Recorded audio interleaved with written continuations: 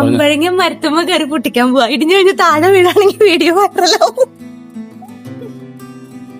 Hello dears, അപ്പൊ കുറെ നാളുകൾക്ക് ശേഷം വീണ്ടും ഒരു വീഡിയോ ചെയ്യാന്ന് വിചാരിച്ചു കേട്ടോ. കാരണം എനിക്ക് മടിയാണ് വീഡിയോ ചെയ്യാനായിട്ട്. കുറെ നേരം ഇങ്ങനെ ഇരുന്ന് പറഞ്ഞ് നിങ്ങളെ ബുദ്ധിമുട്ടിക്കണ്ടെന്ന് വെച്ചിട്ടാട്ടോ ഓരോരോ ഷോർട്സ് ആയിട്ട് ചെയ്യണേ. അപ്പൊ എന്തായാലും ഇന്നത്തെ വീഡിയോയിൽ നമ്മൾ കാണിക്കാൻ പോകുന്നത് നമ്മുടെ ഈ കുഞ്ഞു അമ്പഴങ്ങ തൈ എന്ന് പറയണോ മരന്ന് പറയാനൊന്നും തോന്നണില്ല. പക്ഷെ ഇവനുണ്ടല്ലോ നമുക്കിപ്പോ 2 പ്രാവശ്യമായിട്ടോ അമ്പഴങ്ങ തരണോ. നമ്മുടെ മുന്നത്തെ വീഡിയോസ് കണ്ടിട്ടുണ്ടെങ്കിൽ നിങ്ങൾക്ക് മനസ്സിലാവും, നമ്മൾ ഈ വളപ്പൊക്കെ നമ്മുടെ വീഡിയോസിൽ കാണിച്ചിട്ടുണ്ട്. പക്ഷെ നമ്മൾ ഇവിടെ കൊണ്ട് നട്ടതിലൊക്കെ ഫ്രൂട്ട്സ് പ്ലാന്റ്സ് ആട്ടോ കൊണ്ട് നട്ടേക്കണേ. പക്ഷെ ഇതില് ആകെ നമുക്ക് ഇതുവരെ ഇങ്ങനെ നമുക്ക് ഇങ്ങോട്ട് ഫ്രൂട്ട് തന്നത് ഇവൻ ഒരാൾ മാത്രമേ ഉള്ളൂ കേട്ടോ. ബാക്കി എല്ലാവരും ഇപ്പോഴും കുഞ്ഞിതായിട്ട് തന്നെ നിൽക്കണം, അത്ര അങ്ങോട്ട് വലുതായിട്ടില്ല. പക്ഷെ ഇവന്റെ 2 പ്രാവശ്യം. അപ്പൊ കഴിഞ്ഞ പ്രാവശ്യം എനിക്ക് ആകെ ഒരു 10 എണ്ണങ്ങാണ്ട് കിട്ടിയുള്ളൂ. പക്ഷെ എനിക്കിത് കളയാൻ തോന്നിയില്ല. കാരണം ഇത്രയും കുഞ്ഞു തൈമ ഉണ്ടാവണതല്ലേ എന്ന് വെച്ചിട്ട് ഞാൻ അത് വെറുതെ ഒരു ഇച്ചിരി എടുത്ത് അച്ചാറുണ്ടാക്കി. പക്ഷെ നല്ല ടേസ്റ്റ് ആയിരുന്നു. ഇപ്രാവശ്യം ഉണ്ടാക്കിയപ്പോൾ നിങ്ങളെയും കൂടെ ഒന്ന് കാണിച്ചു തരാന്ന് വെച്ചു കേട്ടോ. അപ്പൊ ഈ സ്ഥലത്ത് നമ്മള് ഒരുവിധപ്പെട്ട നമുക്ക് അറിയാവുന്ന എല്ലാ ഫ്രൂട്ട്സും നട്ടിട്ടുണ്ട് കേട്ടോ, ഫ്രൂട്ട്സ് പ്ലാന്റ്സ്. ഇനി ഇതൊക്കെ വലുതായി കഴിയുമ്പോൾ എങ്ങനെയാവുന്നാണ് ഞങ്ങളുടെ പ്രതീക്ഷ എന്ന് വെച്ചാൽ ഇതുപോലെ ആവുന്ന കേട്ടോ. ആയാ മതിയായിരുന്നു. അപ്പൊ എന്തായാലും ആവട്ടെ എന്ന് പ്രാർത്ഥിച്ചുകൊണ്ട് നമുക്ക് നമ്മുടെ അച്ചാർ പണിയിലേക്ക് പോവാട്ടോ. പിന്നെ ഒരു സന്തോഷ വാർത്തയും കൂടെ പറയാനുണ്ട് കേട്ടോ, അത് ഞാൻ അവസാനം പറയാം. ഹായ്, അപ്പൊ നമുക്കുണ്ടല്ലോ അച്ചാർ ഉണ്ടാക്കാട്ടോ. ഇതേ ചെറിയ രീതിയിലൊരു പണി കിട്ടിയോന്നൊരു സംശയം. ഭയങ്കര ഇൻട്രസ്റ്റില് പൊട്ടിച്ചു. പക്ഷെ പൊട്ടിച്ച് ഇവിടെ വന്നപ്പോൾ ഓർത്ത ചിലതിന്റെ സൈസ് ഇങ്ങനെ, ചിലത് കുഞ്ഞിത്, എന്നാലും ആകെ ഇച്ചിരി ഉള്ളൂ. എന്തായാലും ഇത് പെട്ടെന്ന് തീരുന്നുള്ള ഒരു ഉറപ്പാ. അപ്പൊ നമുക്ക് അച്ചാർ ഉണ്ടാക്കി നോക്കേ.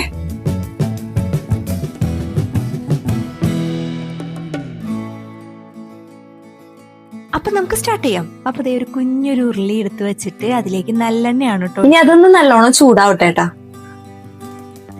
ഈ സാധനം വെളിച്ചെണ്ണ വെച്ച് ഉണ്ടാക്കും, പക്ഷെ നല്ലെണ്ണ വെച്ചിട്ടുണ്ടാക്കാം. അപ്പൊ അതായിരിക്കും ടേസ്റ്റ് കൂടുതൽ. ഇത് ചൂടായി കഴിയുമ്പോ അതിലേക്ക് കുറച്ച് കടുകും ഉലുവ ഇടുന്നുണ്ട് കേട്ടോ.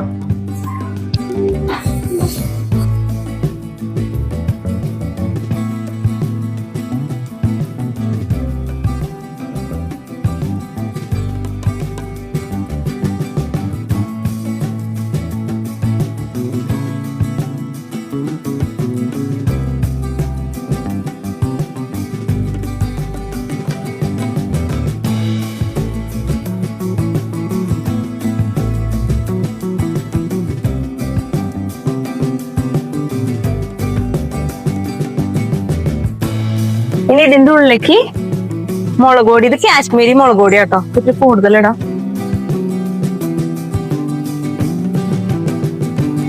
ഞാൻ 3 സ്പൂൺ മുളക്, കുറച്ച് മഞ്ഞപ്പൊടി, കുറച്ചിടുന്നുള്ളൂ കേട്ടോ മഞ്ഞപ്പൊടി. ഉപ്പ് ഇച്ചിരി കൂടുതലിടണ്ടേ. ഉപ്പ്, അച്ചാർ പൊടിയാണ് കേട്ടോ.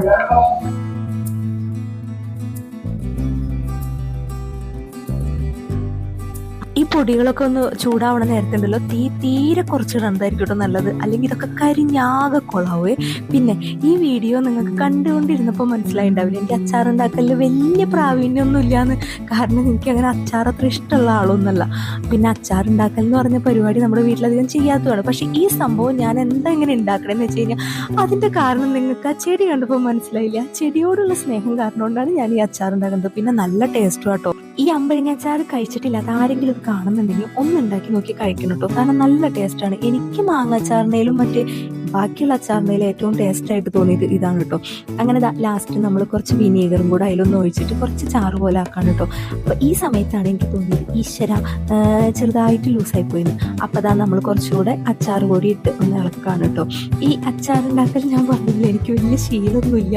അപ്പോൾ ഇതിനൊരു കുക്കിംഗ് വീഡിയോ ആയിട്ട് ആരും കാണണ്ട.